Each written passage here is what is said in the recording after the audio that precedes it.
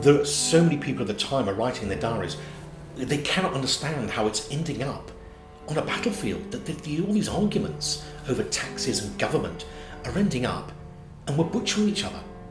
When the Civil War starts, there are only 4 people in the entire country who know how to use a mortar cannon. And if you look at our history, we have not been fighting a war since Queen Elizabeth. The Spanish Armada never landed. So the militias are raised, but they never landed. We haven't fought on our own soil for 100 years. And we are this peaceful country, albeit the king has dismissed Parliament. He's got rid of Parliament. You're all sacked. Go away. And for over 10 years, things are running reasonably well. The economy is moving along. The colonies are being settled. The goods are going back and forth. We're at peace. Justice is administered. And it ends up in a religious argument. And it is the reaction from Europe that these Catholics are going to kill us in our beds. So therefore we have to get rid of all the Catholics. Once the Spanish Armada turns up, all right, it doesn't land, but there are over 120 ships. They're going to invade this country. So everybody has to be even more Protestant than they already are as a reaction. That fails. Then we have the gunpowder plot, where we have these fireworks and bonfires every year. That is effectively the Catholics trying to kill the king. But who are they going to put in his place? There's talk of the king's daughter, but she's a child and a Protestant. So what is your afterthought? There's no afterthought. It was the biggest terrorist attempt in British history, even by today's standards. It failed. So you have again an anti-Catholic reaction. And it ends up in these civil wars. Now the first civil war, the king loses after 4 years, and Parliament, the army is effectively taken over. Parliament sit down and try to negotiate with the king. And for 2 years they try to negotiate. And he's doing deals behind their back. He's trying to get a Catholic army over, a French army over. These are Catholics. They're Catholic armies.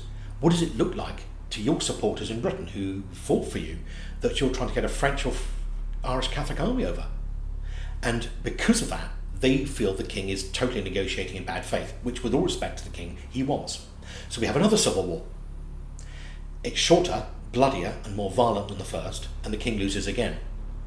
By this stage, I think most people would agree that Parliament have had enough, that the negotiation is getting us nowhere.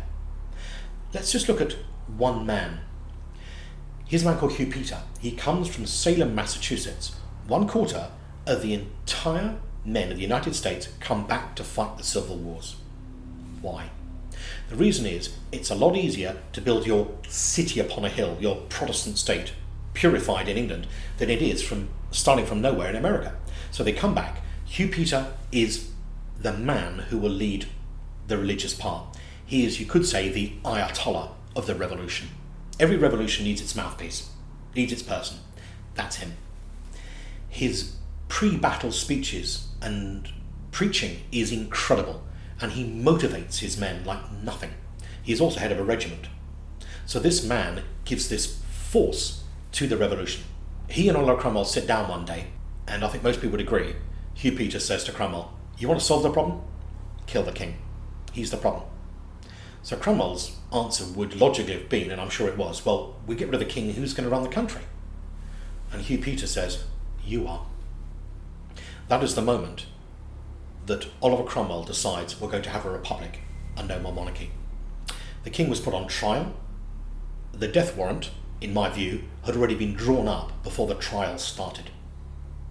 And it is signed by 59 men. The trial is poor.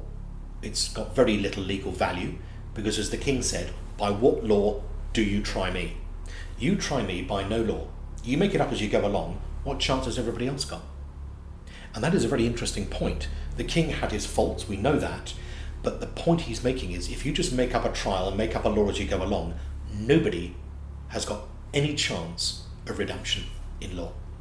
He's found guilty, and 59, as I say, people sign the death warrant. The first 20, no problem. I think after that there's a subtle level of coercion.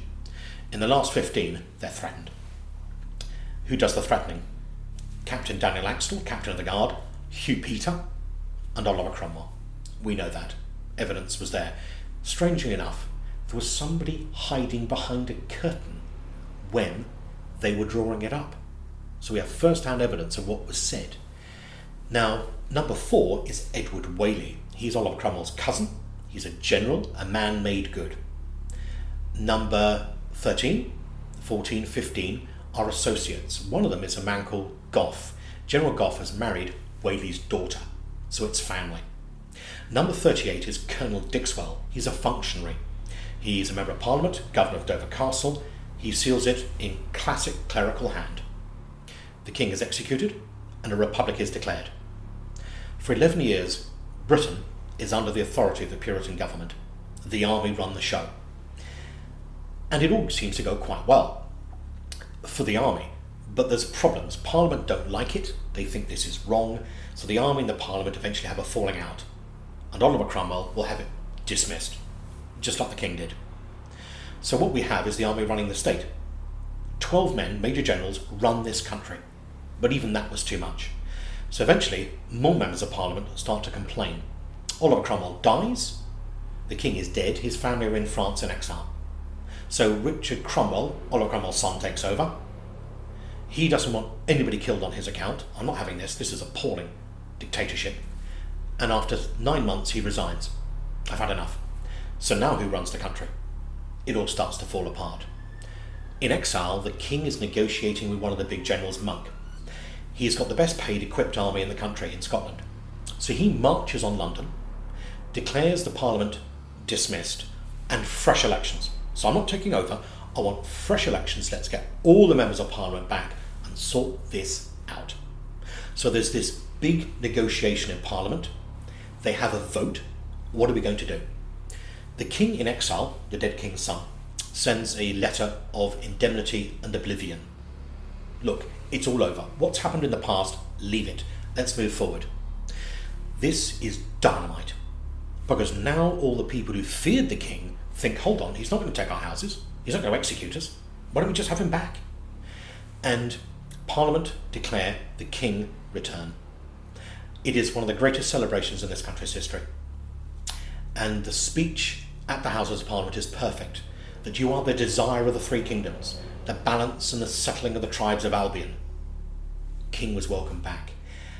It is to the credit of the army, they didn't rebel against that, and credit of most of the Parliament that they negotiate in good faith, and crucially the king returns without violence. There's no shedding of blood. The king comes back, indemnity and oblivion. Unless Parliament changed something. And what that meant was it's up to the Parliament to change things. I am not going to rule by diktat. But you could interpret it in another way. That if Parliament changed something, that's their choice. What would they change? And I'm in no doubt the king and his advisors lean on members of Parliament, and they eventually declare 93 people exempted from this law. And they will go after them. And Hugh Peter is one of the first.